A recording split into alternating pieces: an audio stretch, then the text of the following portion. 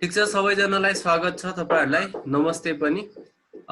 मैले एकछिन अगाडि स्टार्ट नै गरिसकेको थिएँ, तर बीचमा लाइट गएर यहाँ कनेक्सन लस्ट भयो। त्यसको लागि म माफी चाहन्छु। आजको टपिक म फेरि पनि तपाईहरुलाई गराउँदै छु। न्यू पब्लिक एडमिनिस्ट्रेसनको बारेमा हामी चर्चा गर्नेछौँ।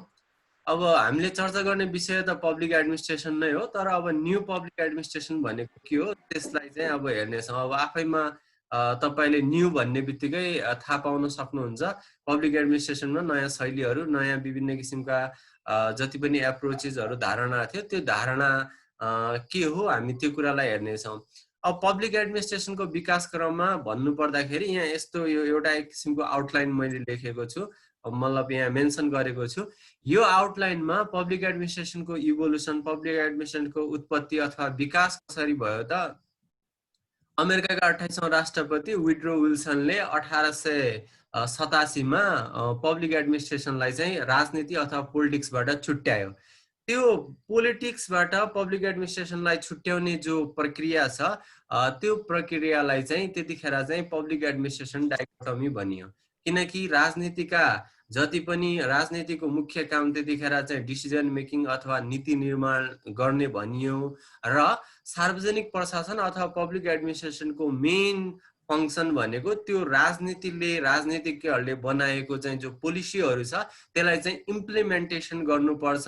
त्यसैले पोलिटिक्स र पब्लिक एडमिनिस्ट्रेसन भनेको फरक कुरा हो भन्ने धारणा वुड्रो विल्सनले 1887 मा दिए। यस्तो फरक किसिमको यो पोलिटिक्सबाट यो पब्लिक एडमिनिस्ट्रेसन छुट्टिने जो यो शैली छ यसलाई चाहिँ पोलिटिक्स एडमिनिस्ट्रेसन डाइकोटोमी भनियो। र त्यसपछि के भयो त, त्यसपछि अरु पनि जति पनि पब्लिक एडमिनिस्ट्रेसनका स्कलरहरू छन्, जस्तै म्याक्स वेबर भयो, हर्बर्ट साइमन भयो, हेनरी फोयल भयो, एफडब्ल्यू टेलर भयो, यिनीहरूले चाहिँ पब्लिक एडमिनिस्ट्रेसनमा धेरै किसिमका थियरीहरू दिए, सिद्धान्तहरू दिए हैन। जसले गर्दाखेरि पब्लिक एडमिनिस्ट्रेसनमा विभिन्न किसिमका चाहिँ विश्वव्यापी किसिमका मान्यताहरू जस्ता स्थापना यिनीहरूले स्कलरहरूले गरे। जसरी हामीले न्युटनको गुरुत्वाकर्षण सम्बन्धी विश्वव्यापी नियम भन्छौँ, विश्वको कुनै पनि कुनामा न्युटनको नियम काम गर्छ, जो गुरुत्वाकर्षण सम्बन्धी नियम, दुईटा वस्तुहरू बीच गुरुत्वाकर्षण शक्तिको आकर्षण हुन्छ भन्ने। त्यस्तै यो पब्लिक एडमिनिस्ट्रेसनमा पनि जुनसुकै विश्वभरिको ठाउँमा, जुनसुकै विश्वमा रहेको जुनसुकै कुनाको पब्लिक एडमिनिस्ट्रेसनमा पनि त्यो तिनीहरूले दिएका जति पनि सिद्धान्तहरू छन् ती सिद्धान्तहरू एप्लिकेबल हुन्छन् भन्ने कुरा एउटा मान्यताको रूपमा मान्न थालियो पब्लिक एडमिनिस्ट्रेसनको एउटा इन्डिपेन्डेन्ट डिसिप्लिनमा डेभलपमेन्ट भइसकेपछि। त्यसपछि यसलाई चाहिँ हामीले के भन्छौँ त, गोल्डन इयर्स अफ प्रिन्सिपल भन्छौँ। अनि त्यो यो गोल्डन इयर अफ प्रिन्सिपलमा मुख्य तरिकाले फोकस गरेको विषय के थियो, त्यो सिद्धान्तहरू के को लागि ल्याउने त पब्लिक एडमिनिस्ट्रेसनमा, इकोनोमी र इफिसियन्सीको लागि ल्याउने। इकोनोमी मितव्ययिता अथवा इफिसियन्सी प्रभावकारिताको ल्याउने। जस्तै साइन्टिफिक म्यानेजमेन्टमा एफडब्ल्यू टेलरले पनि साइन्टिफिक मेथडहरू तरिकाबाट के गर्ने त, त्यहाँ चाहिँ इकोनोमी र इफिसियन्सी प्रोडक्टिभिटीका कुराहरूलाई बढाउने भन्ने कुरा चाहिँ एफडब्ल्यू टेलरको त्यो साइन्टिफिक म्यानेजमेन्टमा भनेको छ। त्यसपछि एरा आयो तपाईको ह्युमन रिलेसनको। ह्युमन रिलेसनको एल्टन माओले चाहिँ लगभग यो लेट 1920 देखि अर्ली 1930 तिर यो हाउथर्न एक्सपेरिमेन्ट भन्छ, युएसए को हाउथर्नमा एउटा एक्सपेरिमेन्ट गर्यो। जसले गर्दाखेरि उसले चाहिँ के कन्क्लुजन निकाल्यो त, राम्रो सम्बन्ध छ भने वर्कर्सहरू बीचमा एउटा अर्गनाइजेसनमा यदि हामीले राम्रो सम्बन्ध स्थापना गर्छौं भने त्यो राम्रो सम्बन्धले अल्टिमेटली हामीलाई के दिन्छ त, इकोनोमी र इफिसियन्सी दिन्छ। पब्लिक एडमिनिस्ट्रेसनको सेक्टरमा अथवा म्यानेजमेन्टको सेक्टरमा हामीले हेर्दाखेरि त्यहाँ चाहिँ असल सम्बन्धको कुरा चाहिन्छ। त्यसलाई चाहिँ हाम्रो मान्छेको सम्बन्धसँग चाहिँ उसले चाहिँ स्टडी गर्यो। लगभग 6-7 वर्ष लगाएर उसले चाहिँ यो विभिन्न किसिमको चाहिँ एक्सपेरिमेन्टहरू गर्यो। वर्करहरूको प्रोडक्टिभिटी कसरी बढ्छ, वर्करहरू कसरी एक किसिमले मोटिभेसनको कुरा मिल्छ। त्यसैले पछि आएर अब्राहम मास्लोले पनि मोटिभेसनका कुराहरू, थियोरीहरू दिए। त्यसैले जो यो चाहिँ एरा छ, यो चाहिँ गोल्डन इयर अफ प्रिन्सिपल पछि तपाईले हेर्न सक्नुहुन्छ। यो हेनरी फोयलको पक भन्ने प्लानिङ, अर्गनाइजिङ, विभिन्न कोअर्डिनेटिङ, कमान्डिङ भन्ने हेनरी फोयलले दियो। त्यसपछि यो के भन्छ, लुथर गलिगले पोस्ट कप दियो। हो त्यो era golden year of principle भन्यो। त्यसपछि फेरि अझ थप प्रिन्सिपलहरू थियोरीहरू पब्लिक एडमिनिस्ट्रेसनमा आउँदै गए।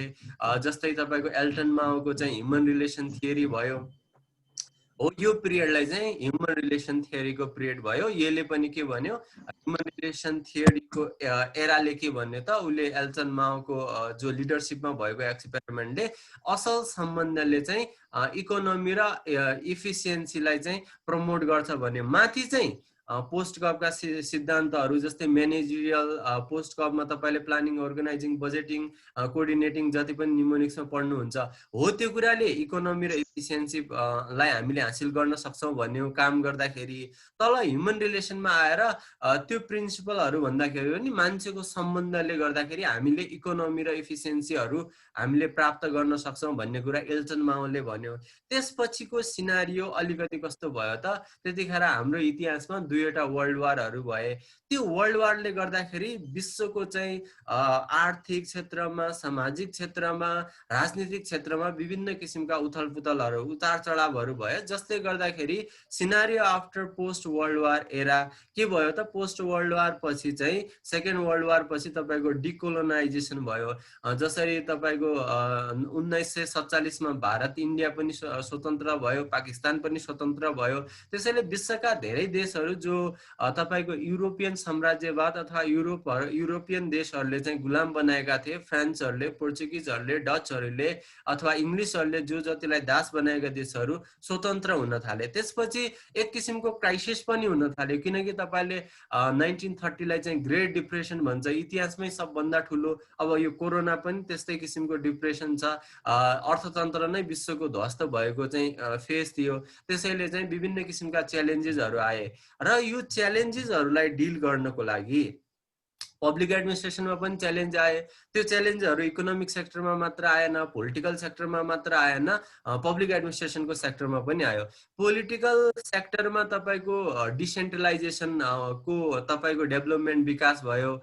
अब इकोनोमिक सेक्टरमा तपाईँको यो के भन्छन्, फिस्कल पोलिसीलाई एडप्ट गर्ने, डेफिसिट बजेटको हामीले एडप्सन गर्ने कुराहरू चाहिँ सेकेन्ड वर्ल्ड वार पछि भयो भने पब्लिक एडमिनिस्ट्रेसनमा के स्टडीहरू भयो त, पब्लिक एडमिनिस्ट्रेसनलाई चाहिँ अब रिस्ट्रक्चर भयो। जसरी अब यो के भन्छन्, यो सङ्घीयतापछि नेपालमा कर्मचारीको पुनर्संरचना भयो, कर्मचारीको यो सङ्घ प्रदेश र स्थानीय तहमा कर्मचारीको जो समायोजन भयो।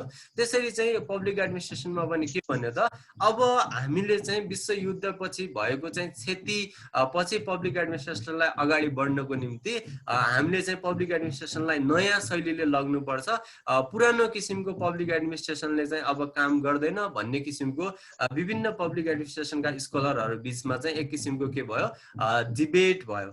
त्यस डिबेटले गर्दाखेरि दुईवटा चाहिँ मुख्य एउटा चाहिँ ब्रान्चेसहरूको चाहिँ पब्लिक एडमिनिस्ट्रेसनमा डेभलप भयो। एउटा चाहिँ डेभलपमेन्ट अफ एडमिनिस्ट्रेसन, यो सार्वजनिक प्रशासनको विकास भयो, नयाँ किसिमका चाहिँ तरिकाहरू, नयाँ किसिमका टेक्निकहरू र मेथड्सहरू आए। अर्को कम्पेरेटिभ पब्लिक एडमिनिस्ट्रेसन चाहिँ को उत्पत्ति भयो। यो चाहिँ तपाईँको यो के अरे एकजना उसको नाम चाहिँ ऊ छ, स्कलर छन् यो कम्पेरेटिभ पब्लिक एडमिनिस्ट्रेसनको, त्यसको नाम रिकको नाम हो, त्यो रिक, एफडब्ल्यू रिक नै हो ऊ पनि। त्यसले चाहिँ यो तपाईँको डेभलपमेन्ट एडमिनिस्ट्रेसन र पब्लिक एडमिनिस्ट्रेसनलाई विश्वका सबै ठाउँमा क्रस कल्चरल वेमा चाहिँ पब्लिक एडमिनिस्ट्रेसनको एक कल्चरदेखि अर्को कल्चरमा कम्पेरेटिभ तरिकाले चाहिँ हामीले के गर्नुपर्छ, स्टडी गर्नुपर्छ। र थर्ड वर्ल्ड नेसनहरू जो छन्, युएसएलाई चाहिँ फर्स्ट वर्ल्ड नेसन भन्यो, अनि युएसए र युरोपियन डेभलप नेसनहरूलाई, अरू चाहिँ त्यसपछि अलिकति विकास भएका देशहरूलाई सेकेन्ड वर्ल्ड, र जो विकास हुनको गतिमा छन् उनीहरूलाई थर्ड वर्ल्ड नेसन, जस्तै नेपाल भयो, अनि त्यतिखेरको अब भुटान, अब अरू देशहरू जो विकासको गतिमा छन्, लेस डेभलप नेसनहरू, यिनीहरू थर्ड वर्ल्ड नेसन भयो। त्यसैले थर्ड वर्ल्ड नेसनमा पनि यो के भन्छन्, जसरी कोरोनाको विश्वव्यापी रूपमा महामारी फैलिएकोले सबै क्षेत्रमा प्रभाव परेको छ, विश्वयुद्धपछि पनि विश्वव्यापी रूपमा चाहिँ विभिन्न किसिमको सङ्कटहरू उत्पन्न भएको थियो। त्यसैले पब्लिक एडमिनिस्ट्रेसनलाई चाहिँ अगाडि बढाउनको निम्ति कम्पेयर गरेर हेर्न थाल्यो, कसरी चाहिँ अगाडि बढाउने, तुलनात्मक रूपले चाहिँ जुन क्षेत्रको पब्लिक एडमिनिस्ट्रेसन राम्रो छ त्यो क्षेत्रको पब्लिक एडमिनिस्ट्रेसनमा चाहिँ एडप्ट गरेर चाहिँ पब्लिक एडमिनिस्ट्रेसनमा नयाँ किसिमको मेथडहरू, टेक्निकहरू अपनाउन थाल्यो, कम्पेयर गरेर हेर्न थाल्यो। त्यसैले यो यो पोस्ट वर्ल्ड वार पछि अथवा सेकेन्ड वर्ल्ड वार पछि दुईटा पब्लिक एडमिनिस्ट्रेसनका ब्रान्चहरू डेभलप भयो। एउटा चाहिँ डेभलपमेन्ट एडमिनिस्ट्रेसन, अर्को चाहिँ एफडब्ल्यू रिगले दिएको कम्पेरेटिभ पब्लिक एडमिनिस्ट्रेसन। अब अझ यो फर्दर डिबेटहरू चाहिँ चल्न थाल्यो। के डिबेट चल्न थाल्यो कि हामीले चाहिँ जो पब्लिक एडमिनिस्ट्रेसनको पहिलेको धारणा थियो त्यो managerial approach of public administration थियो। किनकि तपाईले लुथर गलिले पोस्ट कप भन्छ, प्लानिङ, अर्गनाइजिङ, डाइरेक्टिङ, अब बजेटिङका कुराहरू अनि तपाईको स्टाफिङका कुराहरू, यो चाहिँ पोस्ट कपले चाहिँ म्यानेज गर्ने कुराहरूलाई, म्यानेजमेन्टलाई बढी फोकस दिएको थियो। अब त्यहाँ चाहिँ जो पनि पब्लिक एडमिनिस्ट्रेसनका स्कलरहरू छन् उनीहरूमा के विवाद भयो त, हामीले पहिलेकै किसिमको म्यानेजरियल पब्लिक एडमिनिस्ट्रेसनलाई अगाडि बढाउने कि हामीले पब्लिक एडमिनिस्ट्रेसनमा नयाँ किसिमका तरिकाहरू, नयाँ किसिमका अवधारणाहरू ल्याउने भन्ने विषयमा चाहिँ एउटा एक किसिमको चाहिँ के हुन थाल्यो, विवादहरू हुन थाल्यो।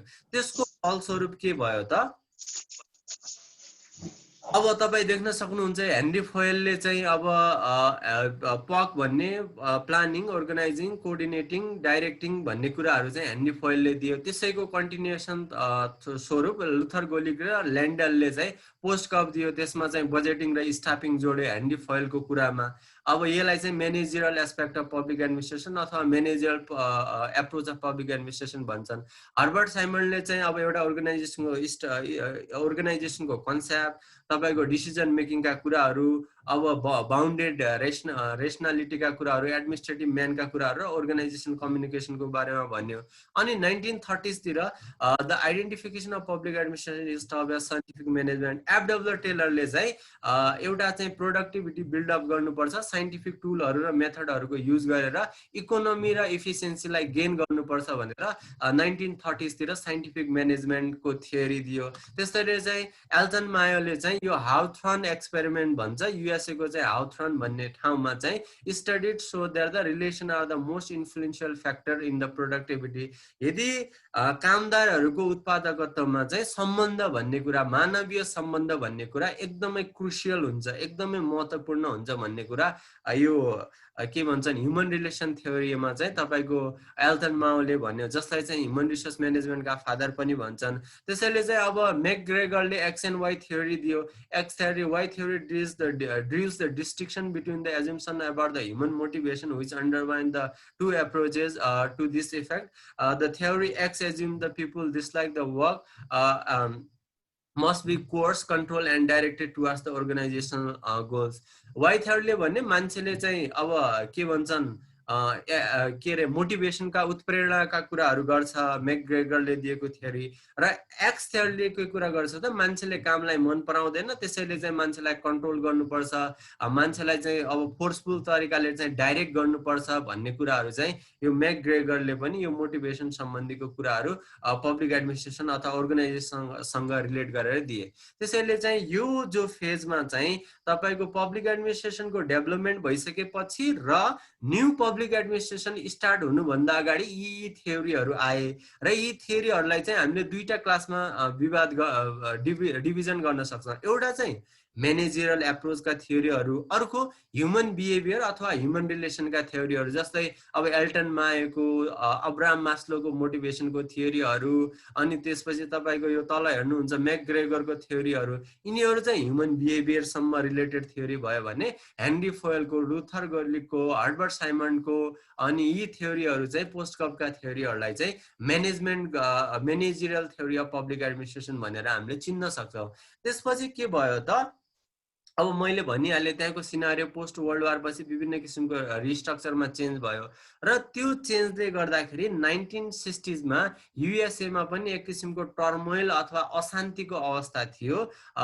त्यहाँको चाहिँ पब्लिक एडमिनिस्ट्रेसनमा, युएसए को सार्वजनिक प्रशासनमा पनि एक किसिमको चाहिँ राम्रो किसिमको म्यानेजमेन्ट थिएन। युएसए को सार्वजनिक प्रशासन पनि राम्रो तरिकाले चाहिँ फङ्सन गरिरहेको थिएन। त्यसैले चाहिँ यहाँ चाहिँ ओल्ड पब्लिक एडमिनिस्ट्रेसन र न्यू पब्लिक एडमिनिस्ट्रेसन मा के फरक छ भन्ने दुई तीनटा पोइन्टहरू दिएको छु, यसमा चाहिँ हामी हेर्ने छौं। ओल्ड पब्लिक एडमिनिस्ट्रेसनले स्ट्रक्चरमा फोकस दिन्छ, एडमिनिस्ट्रेटिभ संरचनामा, एडमिनिस्ट्रेटिभ स्ट्रक्चरमा फोकस गर्छ भने न्यू पब्लिक एडमिनिस्ट्रेसन अलिकति लचिलो छ, त्यसले चाहिँ अलि ब्रड एरियालाई चाहिँ कभर गर्छ। Old public administration principle oriented छ, इकोनोमी र एफिसियन्सी हुनुपर्छ भन्छ। जसरी चाहिँ म्यानेजरल तपाईँको प्रिन्सिपलहरूमा चाहिँ Luther Gulick, Henri Fayol, Herbert Simon, Elton Mayo, अनि त्यसपछि तपाईँको एफडब्ल्यू टेलरहरूले विभिन्न किसिमका प्रिन्सिपल दिए। त्यसैले ती प्रिन्सिपलहरूको चाहिँ एकदमै हामीले पालना गऱ्यौँ भनेपछि मितव्ययिता र प्रभावकारिता, इकोनोमी र इफिसियन्सी बढ्छ भनेर भन्छ भने न्यू पब्लिक एडमिनिस्ट्रेसनले त्यो कुरालाई जोड दिँदैन। न्यू पब्लिक एडमिनिस्ट्रेसनले भन्छ डाइनामिजम हुनुपर्छ, नयाँ किसिमका अवधारणाहरू, नयाँ किसिमका तौर तरिकाहरू पब्लिक एडमिनिस्ट्रेसनमा हामीले चाहिँ के गर्नुपर्छ, अपनाउनुपर्छ भन्ने कुरा न्यू पब्लिक एडमिनिस्ट्रेसनले भन्छ। ओल्ड पब्लिक एडमिनिस्ट्रेसनले पोस्ट कपको कुराहरू भइहाल्यो, प्लानिङ, अर्गनाइजिङ, स्टाफिङ, के अरे डाइरेक्टिङ, कन्ट्रोलिङ, अनि त्यसपछि यो के भन्छन् रिपोर्टिङ र डिसिजन मेकिङका अरू कुराहरू यो भइहाल्यो। अथवा ओल्ड पब्लिक एडमिनिस्ट्रेसनले के भन्छ त, स्टेटस क्वो भन्ने कुरा भन्छ। हामी जुन स्टेटसमा छौँ, जुन सिद्धान्तमा छौँ, त्यो सिद्धान्तमा अडिग हुनुपर्छ। हामीले चाहिँ परिवर्तनलाई त्यति खोज्नु हुँदैन। हामीले चाहिँ ती दिएका स्कलरहरूले दिएका जति पनि सिद्धान्तहरू अपनायौँ भनेपछि पब्लिक एडमिनिस्ट्रेसनमा इकोनोमी र इफिसियन्सी ल्याउन सक्छौँ भनेर चाहिँ त्यसरी ओल्ड पब्लिक एडमिनिस्ट्रेसनले चाहिँ फोकस गर्छ भने न्यू पब्लिक एडमिनिस्ट्रेसनले चाहिँ चेन्ज ओरिएन्टेड हुन्छ। यो तपाईँको परिवर्तन सित उन्मुख हुन्छ र क्लाइन्ट ओरिएन्टेड पनि हुन्छ। कस्टमर चाहिँ एकदमै केन्द्रबिन्दुमा राखेर चाहिँ कस्टमरलाई चाहिँ बढी किसिमले चाहिँ उत्तरदायित्व हुने कुरा चाहिँ न्यू पब्लिक एडमिनिस्ट्रेसनमा हामी देख्छौँ। अब चाहिँ अलिकति सिनारियो पनि छ, जो सिनारियोले गर्दाखेरि चाहिँ यो न्यू पब्लिक एडमिनिस्ट्रेसनको डेभलपमेन्ट भयो। मैले अहिलेसम्म तपाईँलाई चाहिँ यो पब्लिक एडमिनिस्ट्रेसनमा कसरी पब्लिक एडमिनिस्ट्रेसनको डेभलपमेन्ट भयो, पब्लिक एडमिनिस्ट्रेसनमा चाहिँ डेभलपमेन्ट भइसकेपछि न्यू पब्लिक एडमिनिस्ट्रेसन सुरु हुनुभन्दा पहिला के कस्ता थियोरीहरू स्कलरहरूले आए भनेर एउटा ब्याकग्राउन्डको रूपमा दिए। अब हामी आजको चाहिँ मुख्य टपिक अथवा न्यू पब्लिक एडमिनिस्ट्रेसनमा प्रवेश गर्न गइरहेका छौँ। त्यतिखेरको सिनारियो कस्तो थियो त, न्यू पब्लिक एडमिनिस्ट्रेसनको सुरु हुँदाखेरिको scenario, US society was in crisis. मैले भनिसकेँ दोस्रो विश्वयुद्ध भइसकेपछि त्यहाँ चाहिँ सामाजिक, आर्थिक र राजनीतिक क्षेत्रमा उथलपुथल भएको थियो र विभिन्न किसिमका चाहिँ नयाँ अवधारणाहरू आइरहेका थिए। राजनीतिक क्षेत्रमा तपाईँले डिसेन्ट्रलाइजेसनको अवधारणा पाउन सक्नुहुन्छ। अब तपाईँको यो आर्थिक क्षेत्रमा चाहिँ डेफिसिट बजेटको अवधारणा थाहा पाउन सक्नुहुन्छ भने पब्लिक एडमिनिस्ट्रेसनमा चाहिँ कम्पेरेटिभ तरिकाले पब्लिक एडमिनिस्ट्रेसनलाई हेर्न थालियो। डेभलपमेन्ट पब्लिक एडमिनिस्ट्रेसनको अवधारणा आयो। त्यसको लगत्तै चाहिँ अब तपाईँको न्यू पब्लिक एडमिनिस्ट्रेसनको अवधारणा आयो। पब्लिक एडमिनिस्ट्रेसनका तरिकाहरू नयाँ हुनुपर्छ, पब्लिक एडमिनिस्ट्रेसनका एप्रोचेसहरू नयाँ हुनुपर्छ। पुराना ती सिद्धान्तहरूले अब काम गरेनन्, हामीले त्यो सिद्धान्तहरूलाई चाहिँ परिवर्तन गर्नुपर्छ भन्ने कुराहरू आउन थाल्यो। त्यो किन आउन थाल्यो त, अमेरिकाको सोसाइटीको पब्लिक एडमिनिस्ट्रेसन अथवा अमेरिकन सोसाइटीमा एक किसिमको चाहिँ त्यहाँ चाहिँ सिभिल वारको सिनारियो थियो। अमेरिकाको सार्वजनिक प्रशासनले पनि राम्रो किसिमले चाहिँ फङ्सन गरिरहेको थिएन। त्यसैले एउटा क्वेसन आयो, ओल्ड पब्लिक एडमिनिस्ट्रेसनलाई हामीले चाहिँ अब मोडिफाई गर्नुपर्छ, हामी चाहिँ नयाँ तरिकाले चाहिँ अगाडि बढ्नुपर्छ भन्ने कुरा चाहिँ त्यहाँको जनमानसमा आइसकेपछि त्यहाँ चाहिँ विभिन्न किसिमका च्यालेन्जेसहरू थिए। गरिबी थियो, किनकि त्यत्रो विश्वयुद्धमा चाहिँ हजारौँ लाखौँको सङ्ख्यामा चाहिँ त्यहाँ चाहिँ जनधनको क्षति भएको थियो। बेरोजगारी थियो, ब्याकवर्डनेस थियो। त्यहाँ चाहिँ गोरा र काला बिचमा चाहिँ अब तपाईँको जातीय विविधताको कुराहरू थियो। अनि तपाईँको अमेरिकामा के भयो, एसासिनेसन अफ किङ मार्टिन लुथर र तपाईँको रोबर्ट केनेडी, दुईजना चाहिँ पोलिटिकल व्यक्तित्वको चाहिँ अमेरिकामा चाहिँ 1960s तिर त्यहाँ चाहिँ हत्या भयो। हत्या भइसकेपछि त्यहाँ चाहिँ एकदमै अब कुनै पनि ठुलो चाहिँ राजनीतिको हत्या भइसकेपछि समाज चाहिँ एकदमै शान्ति तरिकाले बस्न सक्दैन। त्यही भएर उनीहरूको विभिन्न किसिमका चाहिँ उनीहरूले चाहिँ यो मार्टिन जुनियर लुथरले चाहिँ तपाईँको चाहिँ रेसिजमको विरुद्धमा, जातीयताको विरुद्धमा उनीहरूले आवाज उठाउने गर्थे भने रोबर्ट केनेडीले पनि उनीहरूले चाहिँ त्यो पब्लिक एडमिनिस्ट्रेसनको सेक्टरमा केही कन्ट्रिब्युट गरेका थिए। दुईजना व्यक्तिको हत्या भइसकेपछि त्यहाँ चाहिँ अब चेन्जहरू खोज्न थालियो। यस्तो हुनु भएन, यस्तो उथलपुथलहरू हुनु भएन। शान्तपूर्ण तरिकाले चाहिँ के हुनु पर्यो त, पब्लिक एडमिनिस्ट्रेसन अगाडि बढिनु पर्यो। त्यो पब्लिक एडमिनिस्ट्रेसन पुरानो थियोरीहरूले गर्दाखेरि पुरानो त्यो कुराले चाहिँ प्रभावकारी भएन, राम्रो किसिमको फङ्सन गर्न सकेन भन्ने कुराको चाहिँ विवादहरू, डिस्कोर्सहरू आयो। जस्तै अहिले लकडाउन छ, लकडाउनको विकल्प खोज्नु पर्यो, यसले भएन भनेर चाहिँ जस्तो किसिमको विवाद हुन्छ, त्यतिखेरको पब्लिक एडमिनिस्ट्रेसनका, ओल्ड पब्लिक एडमिनिस्ट्रेसनको पनि त्यसरी विवाद सुरु भयो। यो तरिकाले भएन, यी सिद्धान्तहरूले चाहिँ पब्लिक एडमिनिस्ट्रेसनलाई राम्रो किसिमको फङ्सन गरेन भन्ने किसिमको आवाज आउन थाल्यो। अर्को कुरा, सेकेन्ड वर्ल्ड वार, यो रुद्र को हुनुहुन्छ, उहाँको बार एक्सेप्ट भइरहेन, के अरे डिस्कनेक्ट गरेर रिकनेक्ट हुनको लागि उहाँलाई कसै साथीले इन्फर्म गरिदिनु होला। अब के हेर्नुहोस् त, सेकेन्ड वर्ल्ड वार त सकियो, सेकेन्ड वर्ल्ड वार पछि डिकोलोनाइजेसन पनि भयो, विश्वका कति देशहरू स्वतन्त्र भए, इन्डिया स्वतन्त्र भयो, पाकिस्तान स्वतन्त्र भयो, त्यसको लगत्तै विश्वका अरू धेरै देशहरू पनि जो दासत्वमा थिए उनीहरू स्वतन्त्र भए।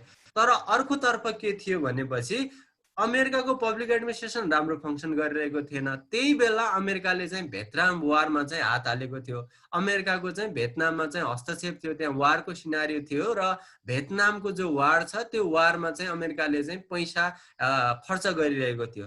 त्यसले गर्दाखेरि चाहिँ त्यहाँ अमेरिकाका जो व्यक्तिहरू छन् उनीहरूमा चाहिँ के चेतना आयो त, एकातर्फ चाहिँ पब्लिक एडमिनिस्ट्रेसन राम्रो किसिमले फङ्सन गरिरहेको छैन, अर्कोतर्फ अमेरिकाले चाहिँ आफ्नो पैसा चाहिँ एकातर्फ तपाईँले हेर्न सक्नुहुन्छ गरिबी छ, त्यहाँ पनि बेरोजगारी छ, त्यहाँ विभिन्न किसिमको चाहिँ जातीय द्वन्द्व छ, अर्कोतर्फ अमेरिकाले भियतनाम वारमा पैसा खर्च गरिरहेको छ। त्यसैले चाहिँ के हुन थाल्यो भनेपछि यहाँ चाहिँ न्यू पब्लिक एडमिनिस्ट्रेसनलाई चाहिँ अब एउटा धारणा कन्सेप्ट बिल्डअप हुनको लागि तपाईँका जो यो चाहिँ एकाडेमिसियनहरू छन् तिनीहरूले चाहिँ अब आलोचना गर्न थाले। तिनीहरूले भन्न थाले यो तरिकाले पब्लिक एडमिनिस्ट्रेसन अगाडि बढ्दैन, हामीले चाहिँ नयाँ मेथडहरू र नयाँ तरिकाहरू ल्याउँछौँ भन्ने कुराको चाहिँ विवाद सुरु भयो। New public administration has continued to gather the academic interest and the critique, particularly in the United States.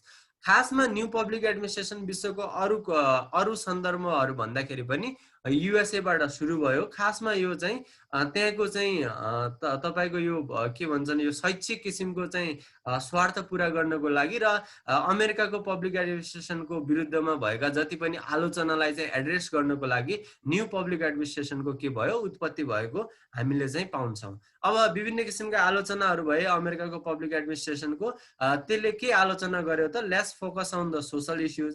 के भन्यो त, तपाईको मानव अधिकारको इस्युहरू, रेशियल डिस्क्रिमिनेसनका कुराहरूमा, इक्विटीका कुराहरूमा, अनइम्प्लोइमेन्टका कुराहरूमा, पोभर्टीका कुराहरूमा सार्वजनिक प्रशासनले धेरै चाहिँ के गरेन, उसले चाहिँ फोकस गरेन भन्ने कुराहरूको आलोचना भयो। अर्को, यो सार्वजनिक प्रशासन धेरै प्रक्रियागत भयो, यो चाहिँ धेरै पद मतलब हायरार्कियर भयो, एउटा चाहिँ र्याङ्क हुनुपर्ने, एउटा चाहिँ विभिन्न किसिमका ब्युरोक्रेटिक के भन्छन् मेथड र प्रोसिजरहरू हुने, रेड टेपिजमका कुराहरू हुने, अब करप्सनका कुराहरू, नेपोटिजमका कुराहरू हुने भयो। त्यसैले त्यो आलोचना पनि भयो। अर्को, फोकस अन इकोनोमी र इफिसियन्सी। तपाईले टेलरले साइन्टिफिक म्यानेजमेन्टमा इकोनोमी र इफिसियन्सीमा प्रोडक्टिभिटीमा फोकस हुनुपर्छ भन्ने कुरा भन्यो, जसले गर्दाखेरि क्लाइन्ट, कस्टमर अथवा पब्लिकहरूले चाहिँ लेस कन्सर्न पाए। अब यो यस्तो किसिमको आलोचना भइसकेपछि बाध्य भएर नयाँ पब्लिक एडमिनिस्ट्रेसन अथवा न्यू पब्लिक एडमिनिस्ट्रेसनको अवधारणा आएको। अब न्यू पब्लिक एडमिनिस्ट्रेसनको अवधारणामा केही विभिन्न इभेन्टहरूको पनि रोल छ, जस्तै हनी रिपोर्ट 1967 1967 मा एउटा चाहिँ स्कलर, पब्लिक एडमिनिस्ट्रेसनको स्कलरले चाहिँ एउटा रिपोर्ट पब्लिस गर्यो जसको नाम चाहिँ हनी रिपोर्ट हो। त्यो हनी रिपोर्टले के भन्यो त, lack of funding in public administration to develop it as a discipline.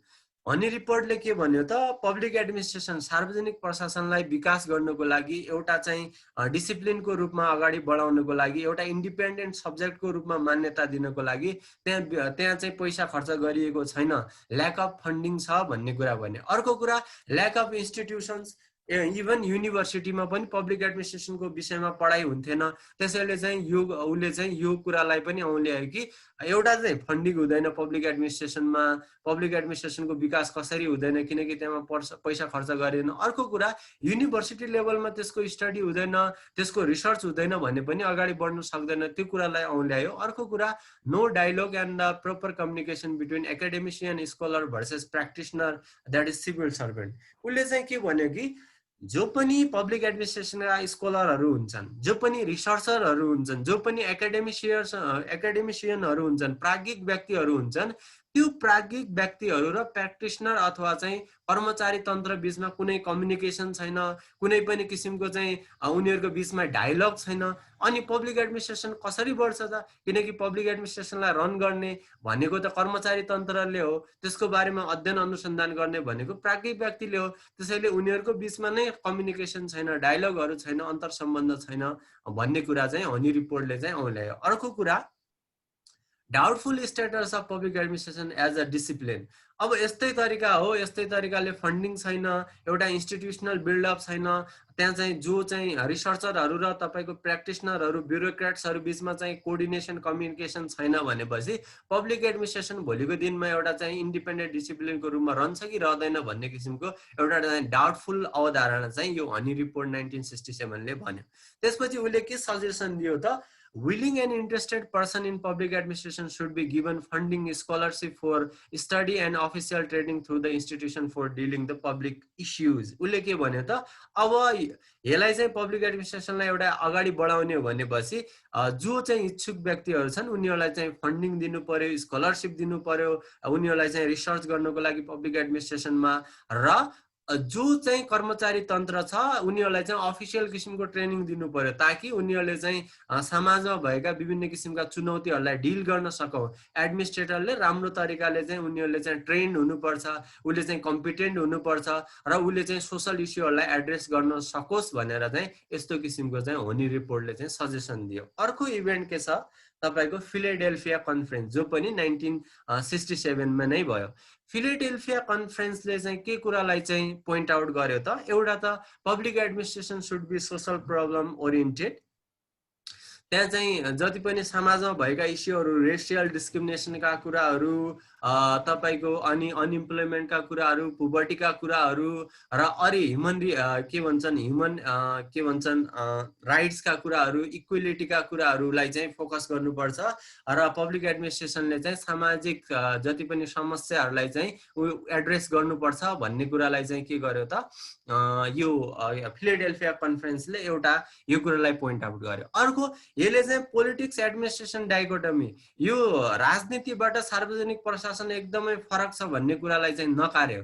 यस्तो हुँदैन, राजनीति र सार्वजनिक प्रशासनमा सम्बन्ध छ भन्ने कुरालाई चाहिँ यो चाहिँ फिलाडेल्फिया कन्फरेन्सले चाहिँ पोइन्ट आउट गर्यो। अर्को कुरा, उसले चाहिँ इथिक्स र मोरलमा फोकस गर्नुपर्छ, सदाचारिता र नैतिकवान हुनुपर्छ कर्मचारी तन्त्रले अथवा सिभिल सर्भेन्ट अथवा ब्युरोक्रेट्सले भन्ने कुरालाई चाहिँ फोकस गरे, जो चाहिँ यो तपाईको फिलाडेल्फिया कन्फरेन्सले पनि 1967 मा चाहिँ यो कुराहरू पोइन्ट आउट गरे र के सजेसन दियो त?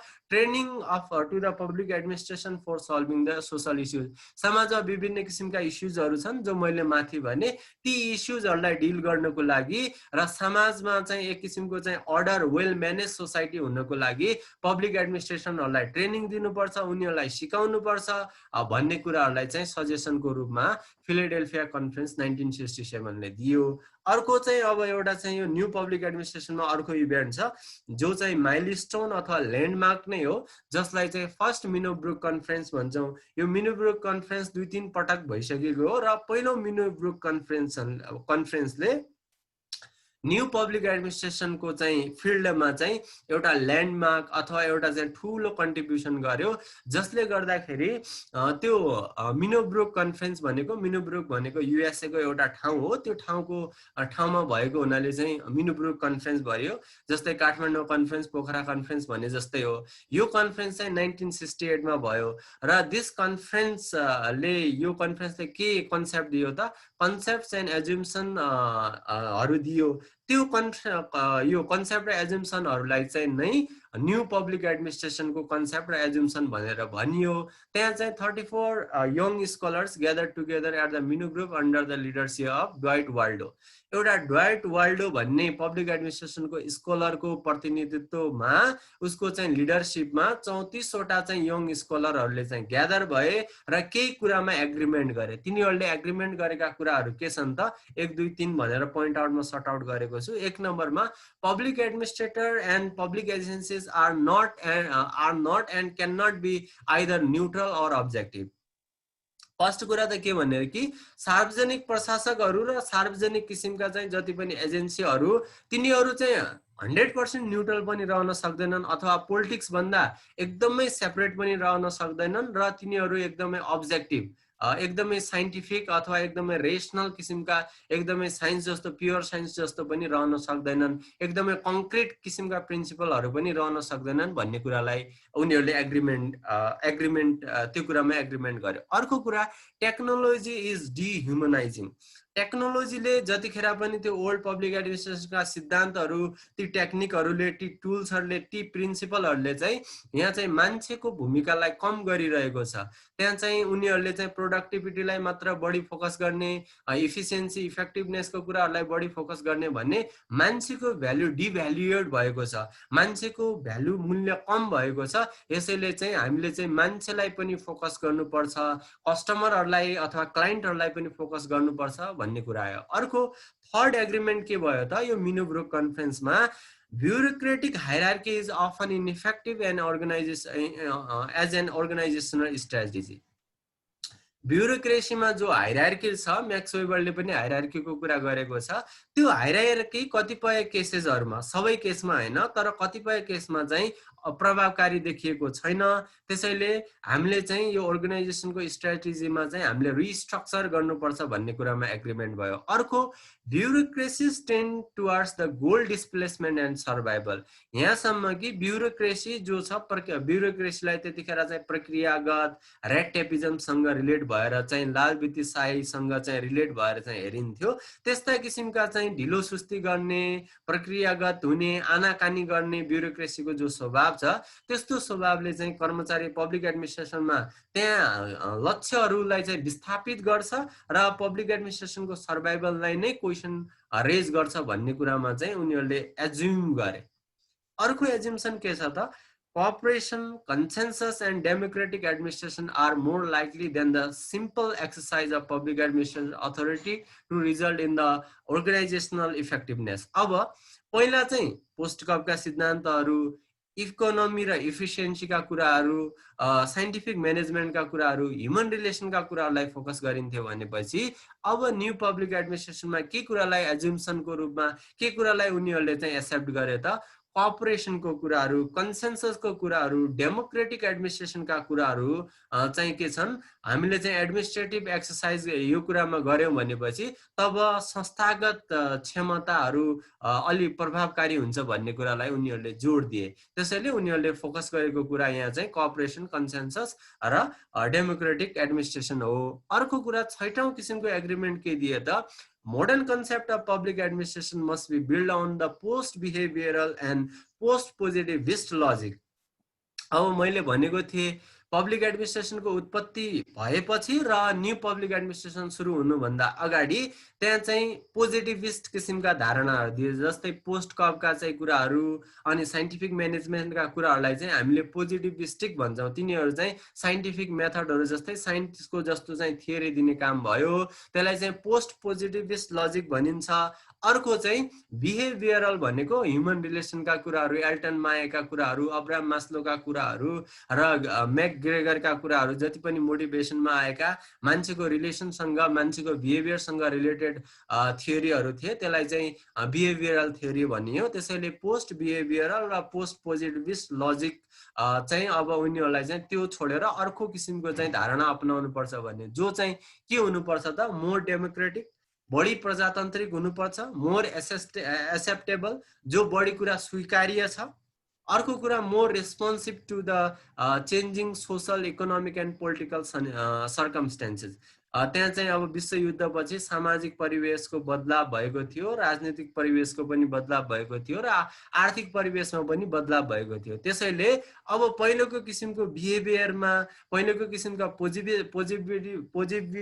पोजिटिभिस्ट किसिमका धारणाहरूमा हैन, हामीले चाहिँ बढी डेमोक्रेटिक हुनुपर्छ, बढी हामीले स्वीकार्यका मान्यताहरूलाई अपनाउनु पर्छ, बढी रेस्पोन्सिभ हुनुपर्छ र सामाजिक परिवर्तनका परिवेशहरू, राजनीतिक परिवर्तनका परिवेशहरू, आर्थिक परिवर्तनका परिवेशहरू हामीले चाहिँ पब्लिक एडमिनिस्ट्रेसनमा ध्यान दिनुपर्छ, पब्लिक एडमिनिस्ट्रेसनको सर्भाइभल र डेभलपमेन्टको लागि भन्ने कुरा लाई जोड दियो, जसलाई चाहिँ मारिनी 1971 ले चाहिँ भनेको कुराहरू हो। यो चाहिँ जो न्यू पब्लिक एडमिनिस्ट्रेसनका एज्युम्सनहरू यी कुराहरू चाहिँ के अरे ड्वाइट वाल्डो र 34वटा पब्लिक एडमिनिस्ट्रेसनका जो के भन्छन् स्कलरहरूले मिनोब्रुक भन्ने ठाउँमा चाहिँ ग्यादर भएर न्यू पब्लिक एडमिनिस्ट्रेसनको चाहिँ यो किसिमको कन्फरेन्सबाट न्यू पब्लिक एडमिनिस्ट्रेसनको अवधारणा सुरु भयो र न्यू पब्लिक एडमिनिस्ट्रेसनको अवधारणामा चाहिँ मानिएका एज्युम गरिएका यी एग्रिमेन्टहरू मैले चाहिँ पोइन्ट आउट गरेर 6वटा पोइन्ट आउट यो मिरानी 1971बाट लगेको कुरा हो। अनि केही एन्टी गोलहरू पनि थिए। एन्टी पोजिटिभिजम, पहिलेका जस्ता सिद्धान्तहरूमाथि हामीले हुनु पर्दैन, हामीले एन्टी टेक्निकल पहिलेका जस्ता टेक्निकहरूलाई अपनाउनु पर्ने छैन, अर्थोडक्स प्रिन्सिपलहरूलाई चाहिँ अब काम गर्दैन न्यू पब्लिक एडमिनिस्ट्रेसनमा, र ब्युरोक्रेटिक प्रोसिजरल कुराहरूलाई चाहिँ हामीले अब लेस गर्नुपर्छ, लेस ब्युरोक्रेटिक बनाउनु पर्छ, कम प्रक्रियागत बनाउनु पर्छ, र एन्टी हायरार्कियल, यो हायरार्कीमा मात्र सीमित हुनु हुँदैन, हामीले चाहिँ डेमोक्रेटाइजेसन गर्नुपर्दछ पब्लिक एडमिनिस्ट्रेसनमा। जो पहिलाको म्यानेजरल एप्रोच थियो त्यसपछि आएर इन्टिग्रल एप्रोच आएको छ। इन्टिग्रल एप्रोचले के भन्छ, टप लेभल म्यानेजमेन्ट मात्र म्यानेजरहरू होइन अथवा एडमिनिस्ट्रेटर होइन, बटम लेभलका कर्मचारीहरू, पिउनहरू, क्लर्कहरू, तिनीहरूलाई पनि पब्लिक एडमिनिस्ट्रेसन भनिनुपर्छ भनेर पहिला म्यानेजरल कन्सेप्ट अफ पब्लिक एडमिनिस्ट्रेसनलाई रिजेक्ट गरेर integral view of public administration आयो। र यी जति पनि मैले माथि पोइन्ट आउट गरेका एज्युम्सनहरू भने त्यो चाहिँ मिनोब्रुक कन्फरेन्स 1968मा ड्वाइट वाल्डोको लिडरसिपमा 34वटा चाहिँ पब्लिक एडमिनिस्ट्रेसनका स्कलरहरूले चाहिँ यी कुराहरूलाई एग्री गरे र यसलाई नै new public management, new public administration भन्न थालियो। अब न्यू पब्लिक एडमिनिस्ट्रेसनको आउटलुकलाई हेर्दाखेरि केही थिम र प्रिन्सिपलहरू छन्। जस्तै न्यू पब्लिक एडमिनिस्ट्रेसनका थिमहरू चाहिँ रेलिभेन्स हुनुपर्छ भने, कुनै पनि कुरा सान्दर्भिक हुनुपर्छ भने, कुनै सन्दर्भ, त्यतिखेरको सिनारियो कस्तो छ, त्यतिखेरको सन्दर्भ कस्तो छ। जस्तै त्यतिखेरको सिनारियो भनेको गरिबीको, बेरोजगारीको सिनारियो, त्यतिखेर चाहिँ वार पछि पनि युएसले भियतनाम वारमा हात हालेको थियो।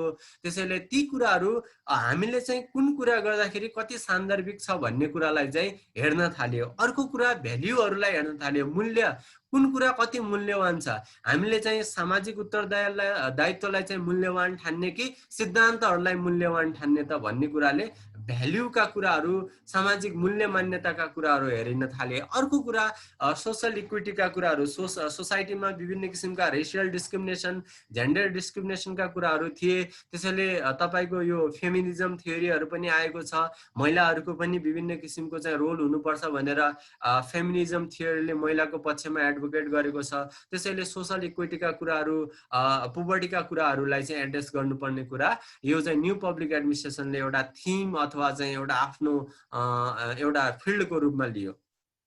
अर्को कुरा, चौथो कुरा चाहिँ चेन्ज हुनुपर्छ। अब पहिला पुराना किसिमका कङ्क्रिट किसिमका चाहिँ पहिलाको पब्लिक एडमिनिस्ट्रेसन कस्तो थियो त, ओल्ड पब्लिक एडमिनिस्ट्रेसनलाई स्ट्याटस क्वो भन्छ, जो चाहिँ एउटा चाहिँ सिद्धान्तहरूमा अडिक हामीले चेन्ज हुनु हुँदैन। इकोनोमी इफिसियन्सी हामीले चाहिँ प्राप्त गर्नु छ पब्लिक एडमिनिस्ट्रेसनमा भनेपछि हामीले त्यो सिद्धान्तको पालना गर्नै पर्छ भन्ने कुरालाई जोड दिएको थियो। त्यसलाई चाहिँ स्ट्याटस क्वो भन्छ। र त्यो कुरालाई नकार्दै न्यू पब्लिक एडमिनिस्ट्रेसनले हामीले चेन्ज ओरिएन्टेड हुनुपर्छ भन्ने। अर्को कुरा क्लाइन्ट ओरिएन्टेड अथवा हामीले चाहिँ कस्टमर ओरिएन्टेड अथवा मान्छेलाई बढी फोकस गर्नुपर्छ प्रोडक्टिभिटी को कुराका अलावा भन्ने कुरालाई चाहिँ न्यू पब्लिक एडमिनिस्ट्रेसनले यो थिमहरूमा चाहिँ विकास अगाडि बढायो। अर्को कुरा, न्यू पब्लिक एडमिनिस्ट्रेसनले केही किसिमका गोलहरू सेट गर्यो सोसाइटीमा भएका जति पनि इस्युहरूलाई एड्रेस गर्नको लागि, र त्यसको लागि उसले चाहिँ टेक्निकहरू 4D भन्छ। हामीले चाहिँ विकेन्द्रीकरण गर्नुपर्छ, डिसेन्ट्रलाइजेसन हुनुपर्छ सोसल इस्युलाई एड्रेस गर्नको लागि, डेमोक्रेटाइजेसन हुनुपर्छ, विकेन्द्रीकरण, प्रजातन्त्रीकरण हुनुपर्छ, र अधिकार प्रत्यायोजनका कुरा हुनुपर्छ। पावरलाई चाहिँ हामीले चाहिँ एउटै ठाउँबाट एक्सर्साइज गर्ने होइन, पावरलाई चाहिँ धेरै ठाउँबाट एक्सर्साइज गर्ने, माथिमा भएको पावरलाई तल डेलिगेट गर्ने अथवा प्रत्यायोजन गर्ने कुरा हुनुपर्दछ। र अर्को कुरा चाहिँ डिब्युरोक्रेटाइजेसन, त्यहाँ चाहिँ ब्युरोक्रेसीको कुराहरू चाहिँ लेस हुनुपर्दछ, प्रक्रियाका कुराहरू, रेड टेपिजमका कुराहरू र आनाकानी गर्ने ढिला सुस्तीका कुराहरू कम हुनुपर्दछ भन्ने कुराहरू चाहिँ यो चाहिँ गोलहरू सेटअप गरेर सोशल प्रब्लमहरूलाई चाहिँ एड्रेस गर्नुको लागि यी तरिकाहरू हामीले अपनाउनु पर्दछ। त्यसैले चाहिँ न्यू पब्लिक एडमिनिस्ट्रेसनका सोल्युसन भनेर यहाँ मेन्सन गरिएको छ। एचिभिङ द गोल्स, गोल के हुने भयो त सोसाइटीमा भएका जति पनि प्रब्लमहरू छन् ह्युमनसँग रिलेटेड, जस्तै पुबर्टीको कुराहरू होला, ह्युमन राइटको कुराहरू होला, अनइम्प्लोइमेन्टको कुराहरू होला, रेसियल डिस्क्रिमिनेसनका कुराहरू होला, ती कुराहरूलाई सल्भ गर्नको लागि अब डिसेन्ट्रलाइजेसन, विकेन्द्रीकरण हुनुपर्छ, प्रजातान्त्रिकरण हुनुपर्छ, डेमोक्रेटाइजेसन, अधिकारको प्रत्यायोजन हुनुपर्छ, डेलिगेसन र त्यसको डिब्युरोक्रेटाइजेसन हुनुपर्छ, प्रक्रियागत कुराहरूलाई घटाउनुपर्छ भनेर 4D यसलाई चाहिँ सोल्युसन, यो चाहिँ न्यू पब्लिक एडमिनिस्ट्रेसनले दिएका सोल्युसन अथवा विकल्प अथवा यो चाहिँ कुराहरू चाहिँ यसरी 4D अन्तर्गत यसरी पढ्ने गरेको छ। अब चाहिँ main feature of new public administration, new public एडमिनिस्ट्रेसनको फिचरहरू के रहेको छ त? रेस्पोन्सिभनेस हुनुपर्दछ, कस्टमरहरूप्रति उत्तरदायी हुनुपर्दछ, structural change in public administration, पुरानो किसिमको संरचना, पुरानो किसिमका सिद्धान्तहरूलाई परिवर्तन गरिनुपर्दछ, मल्टिडिसिप्लिनरी हुनुपर्दछ, एउटा पब्लिक एडमिनिस्ट्रेसनलाई विभिन्न डिसिप्लिनहरूसँग कम्पेयर गरेर हेर्नुपर्छ र पब्लिक एडमिनिस्ट्रेसनको विभिन्न डिसिप्लिनहरूसँग लिङ्क गरेर यसलाई चाहिँ अगाडि बढाउनुपर्छ भन्ने कुरामा चाहिँ एउटा चाहिँ यो न्यू पब्लिक एडमिनिस्ट्रेसनको फिचर रहेको छ। र समाजमा न्यू पब्लिक एडमिनिस्ट्रेसन सम्बन्धी विभिन्न किसिमका जनचेतना र न्यू पब्लिक एडमिनिस्ट्रेसनलाई चाहिँ फर्दर डेभलप गर्नको लागि स्टडिज र रिसर्चहरू हुनुपर्छ भन्ने कुरा यो न्यू पब्लिक एडमिनिस्ट्रेसनको फिचरहरू, डाइनामिजम अथवा परिवर्तनकारी चाहिँ यो मुख्य किसिमको गुणहरू न्यू पब्लिक एडमिनिस्ट्रेसनमा हामी हेर्न सक्छौँ। अब आजको हामी कन्क्लुजनमा आइपुगिसकेका छौँ। अब कन्क्लुजनमा न्यू पब्लिक एडमिनिस्ट्रेसनलाई कसरी बुझ्न सकिन्छ त? New public administration is a paradigm develop after world war 2। यो चाहिँ एक किसिमको सिनारियो हो, यो एउटा एक किसिमको चाहिँ धारणा हो। प्याराडाइम भनेको जनरली एक्सेप्टेड पर्सेप्सन भन्छ। र यो न्यू पब्लिक एडमिनिस्ट्रेसन भनेको ओल्ड पब्लिक एडमिनिस्ट्रेसन लाई चाहिँ रिप्लेस गर्ने, पुरानो किसिमको पब्लिक एडमिनिस्ट्रेसनलाई रिप्लेस गर्ने धारणा हो। यो दोस्रो विश्वयुद्ध पछि 1960s तिर डेभलप भएको, विशेष तरिकाले अमेरिकाको पब्लिक एडमिनिस्ट्रेसनमा डेभलप भएको धारणा हो। अर्को, new public administration argued for the structural changes through the decentralisation of decision making and service delivery. New public एडमिनिस्ट्रेसनले चाहिँ स्ट्रक्चरल चेन्जको कुरा गर्छ। पुरानो किसिमको स्ट्रक्चर, पुरानो किसिमको शैली, पुरानो किसिमको प्रिन्सिपल होइन, नयाँ स्ट्रक्चर गरिनुपर्छ, रिस्ट्रक्चरिङ गरिनुपर्छ, नयाँ शैलीहरू र नयाँ अवधारणा अनुसार जानुपर्छ भन्ने कुरालाई जोड दिन्छ। डिसेन्ट्रलाइजेसन, विकेन्द्रीकरण, जस्तै नीति निर्माण गर्दाखेरि एउटै माथिको टप लेभल म्यानेजमेन्टले मात्र नीति बनाउने कुरामा रोल हुने होइन कि तलको बटम लेभलको पनि, टप डाउन होइन कि बटम अप एप्रोच पनि हुनुपर्दछ। पोलिसी मेकिङ र सर्भिस डेलिभरीको कुरालाई फोकस गरिनुपर्छ भन्ने कुरा न्यू पब्लिक एडमिनिस्ट्रेसनले चाहिँ फोकस गरेको कुरा हो। यो चाहिँ new public administration result of US civil war. युएसएमा पनि एउटा सिभिल वार भएको पाउँछौँ। Civil war in the sense युएसएमा चाहिँ मार्टिन लुथरको पनि मृत्यु भएको छ, त्यहाँ हत्या भएको छ, रोबर्ट केनेडीको पनि हत्या भएको छ। त्यसैले युएसएको पब्लिक एडमिनिस्ट्रेसन, युएसए सोसाइटीमा पनि पिस छैन र त्यहाँ युएसएले चाहिँ भियतनाम वारमा हात हालेको छ, उसले चाहिँ भियतनाम वारमा चाहिँ पैसा खर्च गरिरहेको छ। त्यसैले त्यो कुराहरूबाट चेन्ज हुनको निम्ति, नयाँ तरिकाले जानको निम्ति एउटा किसिमको चाहिँ नयाँ डाइमेन्सन सुरु भयो। त्यो डाइमेन्सन युएसएबाट सुरु भएको, जसलाई नै हामी चाहिँ न्यू पब्लिक एडमिनिस्ट्रेसन भन्छौँ। Unusual social political turbulence and upheavals भनेर भन्छ। त्यहाँ चाहिँ सामाजिक के भन्छन्, यो समाजमा र यो राजनीतिमा चाहिँ तलमाथि भयो र उतार चढावलाई चाहिँ का कारणले गर्दाखेरि न्यू पब्लिक एडमिनिस्ट्रेसनको चाहिँ डेभलपमेन्ट भयो। पाइनियर्ड फ्रम द एकाडेमिक ब्याकग्राउन्ड। अब यो न्यू पब्लिक एडमिनिस्ट्रेसन यो पोलिटिकल मुभमेन्ट नभएर यो चाहिँ प्राज्ञिक मुभमेन्ट हो। किन भनेपछि ड्वाइट वर्ड पनि पब्लिक एडमिनिस्ट्रेसन स्कलर हो, 34वटा पब्लिक एडमिनिस्ट्रेसनका स्कलरहरू, हनी रिपोर्टको कुराहरू, फिलाडेल्फिया कन्फरेन्समा हामीले चाहिँ कुनै राजनीतिक आन्दोलनहरू गरेर होइन कि त्यहाँ चाहिँ एकाडेमिसियनहरूले, त्यहाँका चाहिँ जति पनि स्कलरहरू र रिसर्चरहरूले एउटा एकाडेमिक फिल्डबाट ल्याएको यो चाहिँ रिभोल्युसन, एडमिनिस्ट्रेसनको फिल्डमा चाहिँ यो एकाडेमिक सेक्टरबाट आएको रिभोल्युसन हो। त्यसैले चाहिँ this is also term as a pioneered from the academic background. त्यसैले अर्को कुरा shifting from the old public administration to the new by adopting new ideas, new approaches, and setting goals for solving the social problems such as poverty, racism, inequality, and unemployment.